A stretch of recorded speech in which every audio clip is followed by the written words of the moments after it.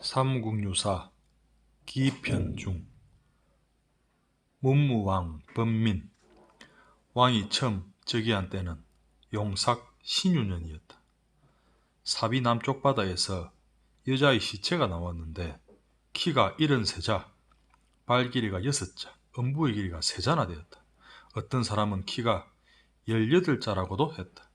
때는 건봉 2년 정묘년의 일이다.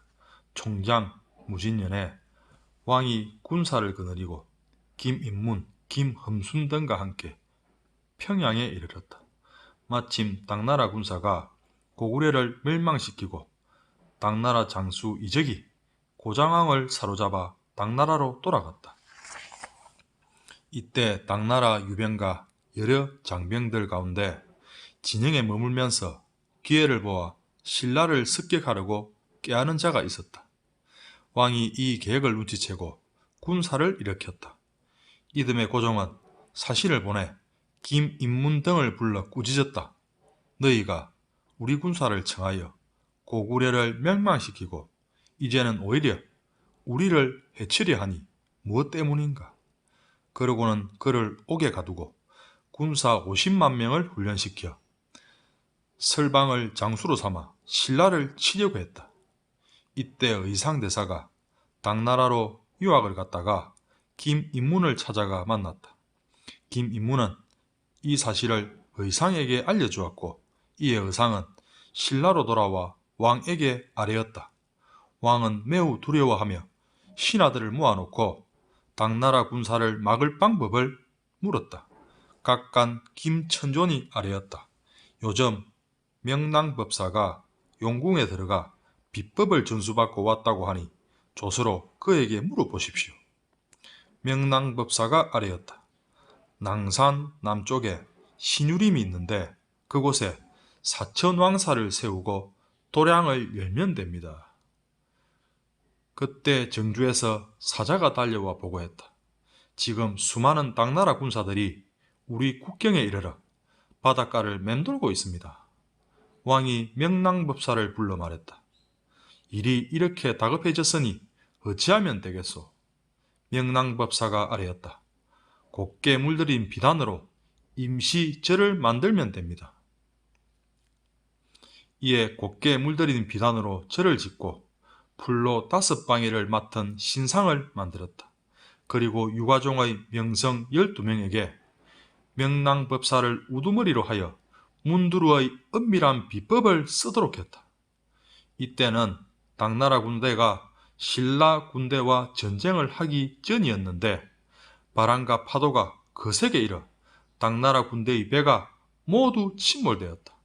그 후에 절을 고쳐짓고 이름을 사천왕사라고 했으며 지금까지도 단석이 끊어지지 않고 있다.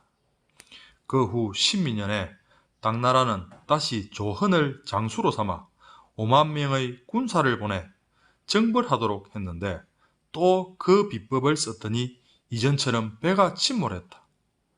이때 한림당 박문준이 김인문과 함께 옥중에 있었다. 고종이 박문준을 불러 말했다. 너희 나라에는 무슨 비법이 있어 2번이나 많은 병사를 보냈는데도 살아 돌아온 자가 없느냐? 박문준이 아뢰었다. 저희 속국의 신하들은 윗나라에 온 지 10여 년이 되어 본국의 일을 알지 못합니다. 다만 멀리서 한 가지 들은 것은 있습니다. 우리나라가 삼국의 두터운 은혜를 입어 삼국을 통일하였으므로 그 은덕을 갖기 위해서 새로 낭산 남쪽에 천왕사를 짓고 황제의 만수무강을 빌며 오랫동안 뷔페를 열고 있다고 합니다. 고종은 이 말을 듣고 아주 기뻐하며 신라의 예부시랑 악분기를 사신으로 보내 그 절을 살피게 했다. 왕은 미리 당나라 사신이 곧 올 것이라는 말을 듣고 절을 보여주어서는 안 될 것으로 판단하여 남쪽에다 따로 새 절을 짓고 사신을 기다렸다. 사신이 와서 말했다. 먼저 황제의 만수를 비는 곳인 천왕사에서 향을 올리겠습니다. 이에 인도하여 새 절을 보여주었는데 사신이 문 앞에 서서 말했다. 이것은 사천왕사가 아닙니다.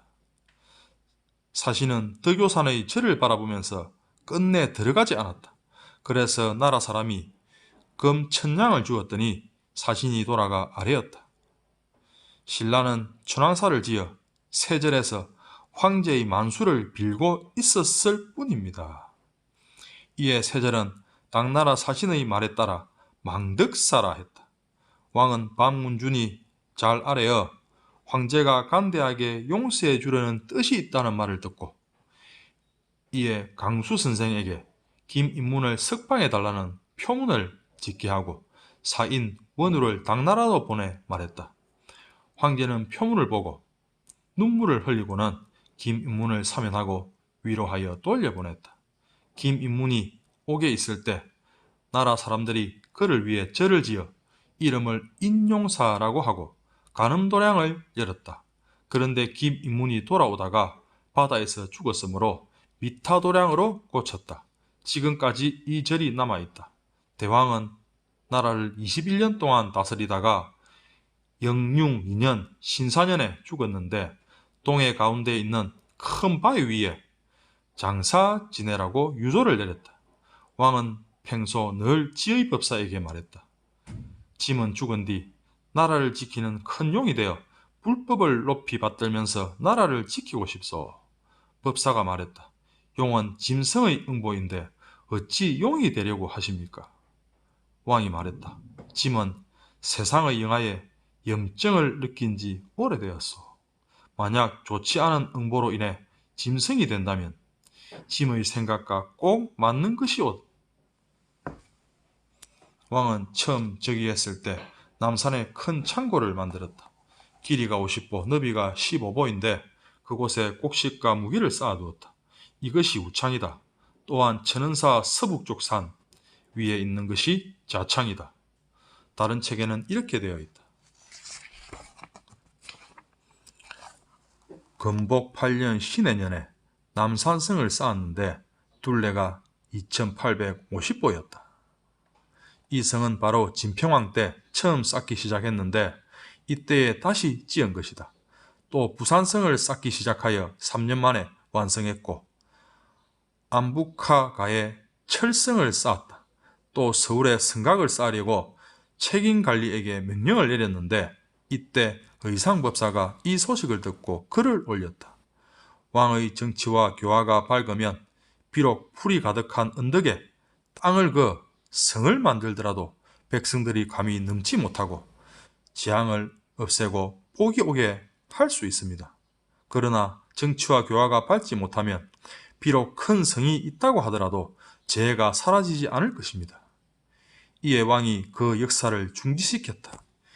인덕 3년 병인년 3월 10일 어떤 사람이 노비로 길이라는 이름을 가진 자가 있었는데 한 번에 아들 셋을 낳았다.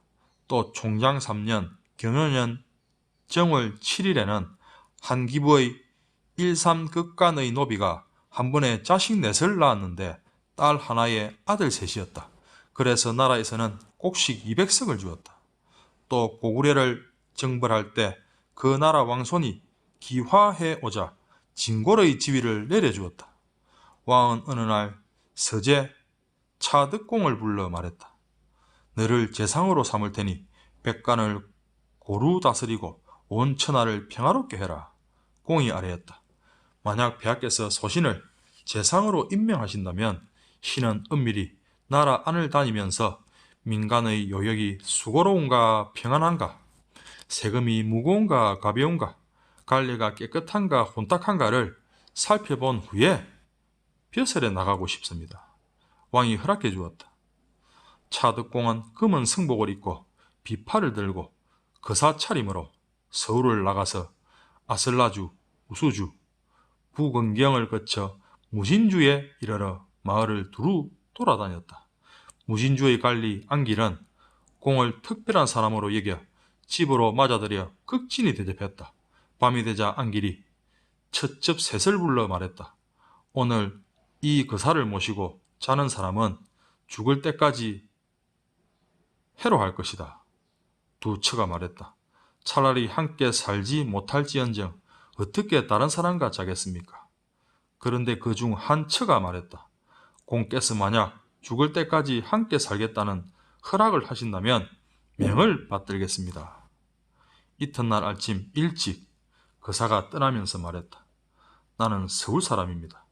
우리 집은 황룡사와 황성사 사이에 있으며 내 이름은 단호라 합니다.